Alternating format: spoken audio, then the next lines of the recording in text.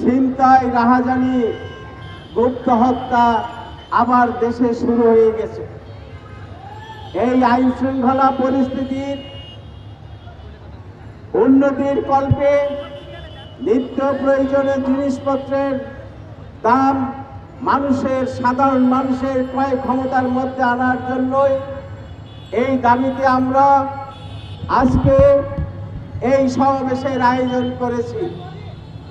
এই সমাবেশে সভাপতিত্ব করছেন গণসংহতি আন্দোলনের নির্বাহী সমন্বয়কারী আবুল হাসান রুবেল, উপস্থিত মঞ্চের শীর্ষ নেতৃবৃন্দ। মান্না ভাই কিছুক্ষণের মধ্যে আসবে, আমাকে টেলিফোন করেছে, এবং মিডিয়ার ভাই বোনরা, আপনারা যারা এখানে আমাদের এই নিউজ কভার করার জন্য এসেছেন, আপনাদের কাছে আমরা কৃতজ্ঞতা জানাচ্ছি, ধন্যবাদ জানাচ্ছি, শুভেচ্ছা জানাচ্ছি। বন্ধুগণ, 1971-এর মুক্তিযুদ্ধের মধ্য দিয়ে যে দেশটি আমরা অর্জন করেছিলাম, মুক্তিযুদ্ধের ঘোষণা অনুযায়ী সাম্য, মানবিক মর্যাদা, সামাজিক ন্যায় বিচার আমরা প্রতিষ্ঠিত করতে পারিনি।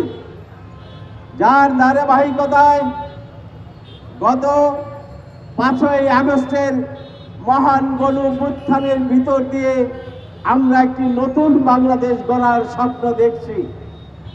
যে নতুন বাংলাদেশ গড়তে যাব, আমরা সেদিন বঙ্গভবনে গিয়ে সমস্ত রাজনৈতিক দল, সেদিন আমরা এই অন্তর্বর্তীকালীন সরকার ডক্টর ইউনূসের নেতৃত্বে আমরা প্রতিষ্ঠিত করে এসেছিলাম। সেখানে উপদেষ্টা মণ্ডলীরা যারা ছিলেন, আছেন, তাদেরকে বলবো, আপনারা কেন দ্রব্যমূল্য নিয়ন্ত্রণের মধ্যে আনতে পারছেন না?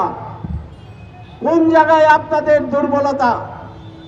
মানুষ এখনো অনাহারে না খেয়ে মরছে, এবং দ্রব্যমূল্য বাজারে যখন যায়, গিয়ে দেখে দ্রব্যমূল্যের যে পরিস্থিতি, সেটা কোনোভাবে নিয়ন্ত্রণের মধ্যে নাই। মাসের বাজেট 7 দিনের শেষ হয়ে যায়। এই সরকার, আমরা দেখলাম সেই খুনি হাসিনার সময় যে আমাদের রিজার্ভ 13 বিলিয়ন ডলারে নেমে এসেছিল, কালকে সেটি বাংলাদেশ ব্যাংক জানালো 24 বিলিয়ন ডলারের মধ্যে সেটা এসেছে। আমাদের অর্থনীতি আপনারা দিক দিক করে সামনের দিকে নিয়ে আসছেন, এই জন্য আপনাদের ধন্যবাদ।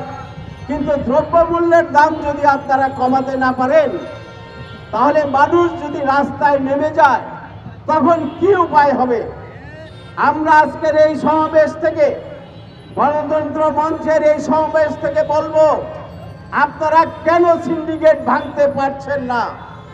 আপনারা সিন্ডিকেট ভাঙতে আপনাদের অসুবিধা কোথায়, দুর্বলতা কোথায়? এই সিন্ডিকেট অতি সত্বর, এই সিন্ডিকেট ভাঙুন। সিন্ডিকেটের দুর্গে, আবারও বলছি, হানা দেন।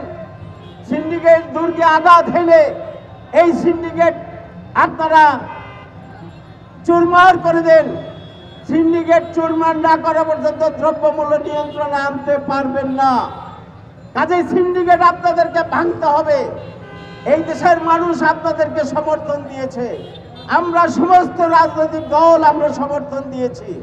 আপনি কেন সিন্ডিকেটের জাতাকলে পরে মানুষের জীবনকে দুর্বিষহ করে তুলেছে, আপনারা সেটা নিয়ন্ত্রণ করতে পারছেন না? আমরা ভেবে পারি না কেন আপনারা পারছেন না। পাশাপাশি আপনারা দেখছেন আইন শৃঙ্খলা পরিস্থিতির কি অবনতি, কি পরিমাণ। আমি মিডিয়ার ভাইরা, আপনারা জানেন, আপনাদের লেখনীর মাধ্যমে মানুষ জানতে পারছে কি পরিমাণ ছিনতাই বেড়ে গেছে, রাহাজানি বেড়ে গেছে, এবং গুপ্ত হত্যাও শুরু হয়ে গেছে। ইতিমধ্যেই 7 জন গুপ্ত হত্যায় নিহত হয়েছেন। আমরা বলবো, এই স্বরাষ্ট্র উপদেষ্টাকে বলবো, আপনি আইন শৃঙ্খলা পরিস্থিতির উন্নতি ঘটান। আপনার কোথায় সমস্যা, কেন আপনি পারতেছেন না এই আইন শৃঙ্খলা পরিস্থিতির উন্নতি ঘটাতে? অত্যন্ত দুঃখের সহিত জানাচ্ছি, গতকালকে চট্টগ্রামে যে ঘটনা ঘটেছে, আমরা জানামাত্র ভাসানী অনুসারী পরিষদ পত্রিকায় বিবৃতি দিয়েছি। জাতির শ্রেষ্ঠ সন্তান একজন মুক্তিযোদ্ধা, তাকে সেখানকার লোকাল পলিটিক্স, স্থানীয় রাজনীতির কারণে একজন মুক্তিযোদ্ধার গায়ে আপনারা জুতার মালা পরিয়েছেন। আমি অবশ্য ধন্যবাদ জানাই মুক্তিযোদ্ধা মন্ত্রীকে। আপনি তাৎক্ষণিকভাবে প্রধান উপদেষ্টা আপনি নিন্দা জানিয়ে বিবৃতি দিয়েছেন। আপনার মুক্তিযোদ্ধা উপদেষ্টা চট্টগ্রামে ওসির সঙ্গে কথা বলেছে এবং ওসিকে বলেছে যে তাদের এই ব্যাপারে যেন দ্রুত ব্যবস্থা নেন। দ্রুত ব্যবস্থা নিয়ে আইন প্রয়োগকারী সংস্থাকে নির্দেশ দিয়ে দিয়েছেন অবিলম্বে তাদেরকে গ্রেপ্তার করা হোক। যারা গতকালকে মুক্তিযোদ্ধার গলায় জুতা পরিয়েছেন, কেন তারা এখনো গ্রেপ্তার হয়নি?